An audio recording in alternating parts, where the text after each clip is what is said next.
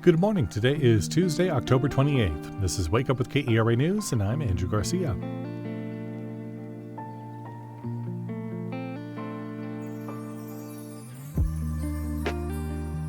The strongest cold front of the season arrives today, bringing scattered rain chances and much cooler conditions. We'll see highs in the mid-70s.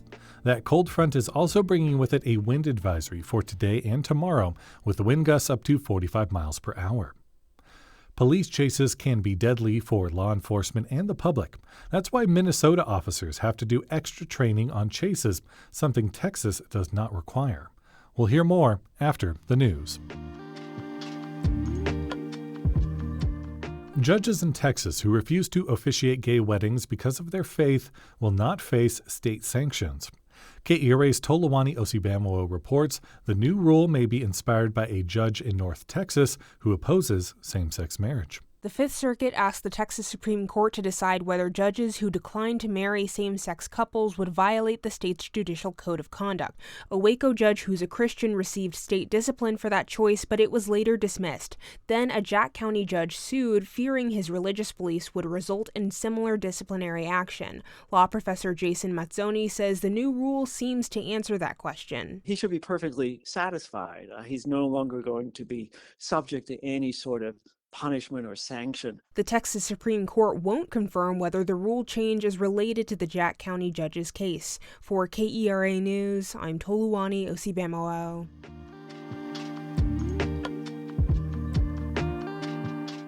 Texas is again appealing a dismissal of its lawsuit over a gun ban at the State Fair of Texas.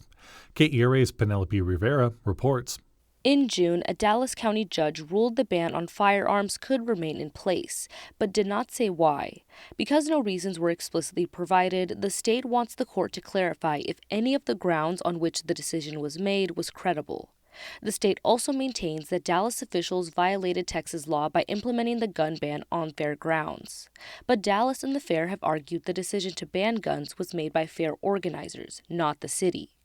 For KERA News, I'm Penelope Rivera in Fort Worth.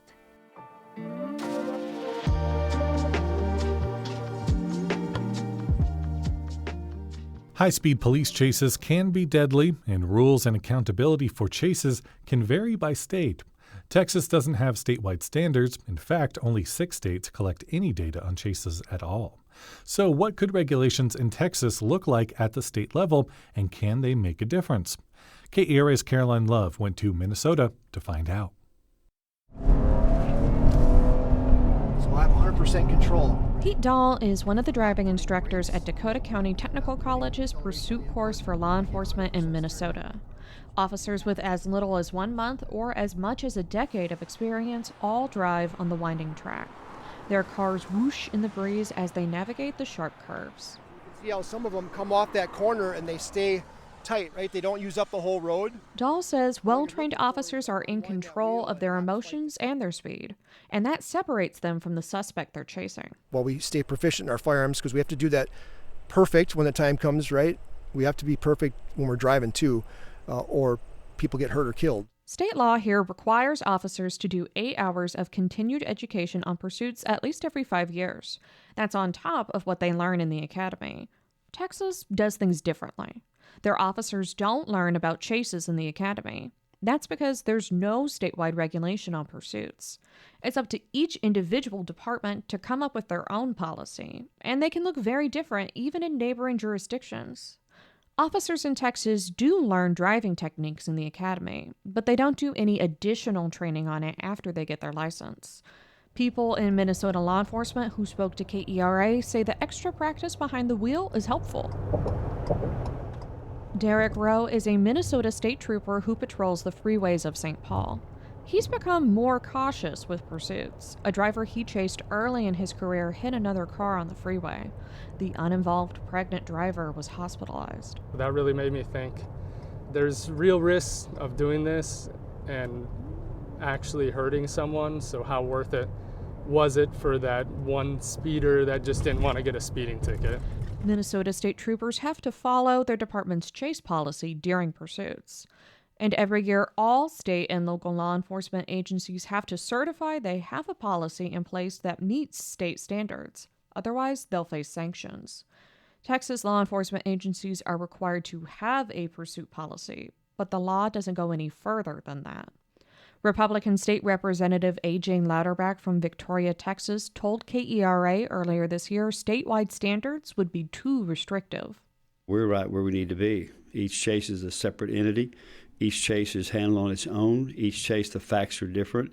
There's so many factors here that come into chase. Louderback says local entities are better equipped to set standards for their own communities.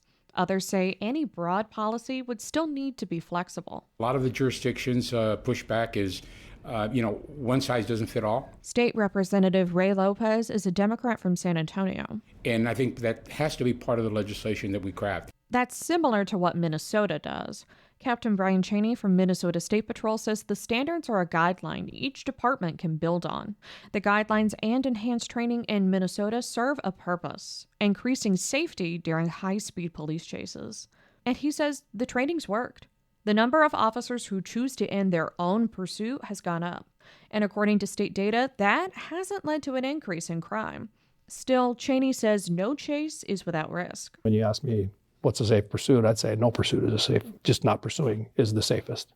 He says it's up to law enforcement to control their response to protect everyone involved in the chase, something that could be the difference between life and death for the public. For KERA News, I'm Caroline Love in St. Paul, Minnesota.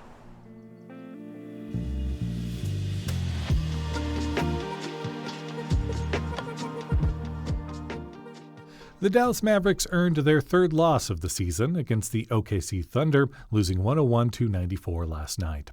Anthony Davis had a strong night with 26 points, but star rookie Cooper Flagg struggled, only scoring 2 points, and was benched towards the end of the game. He also suffered a shoulder injury early in the game, but it is expected to be minor. Projections and soundscapes transform the Trinity Forest Adventure Park into a haunted world of light and sound at Forest of Shadows in Dallas. The 1-mile walk through the woods is thrilling, but unlike traditional haunted houses, the experience is rated PG-10, making it exciting but still family-friendly. To see details and more arts events, head to the Go See DFW calendar at keranews.org/calendar.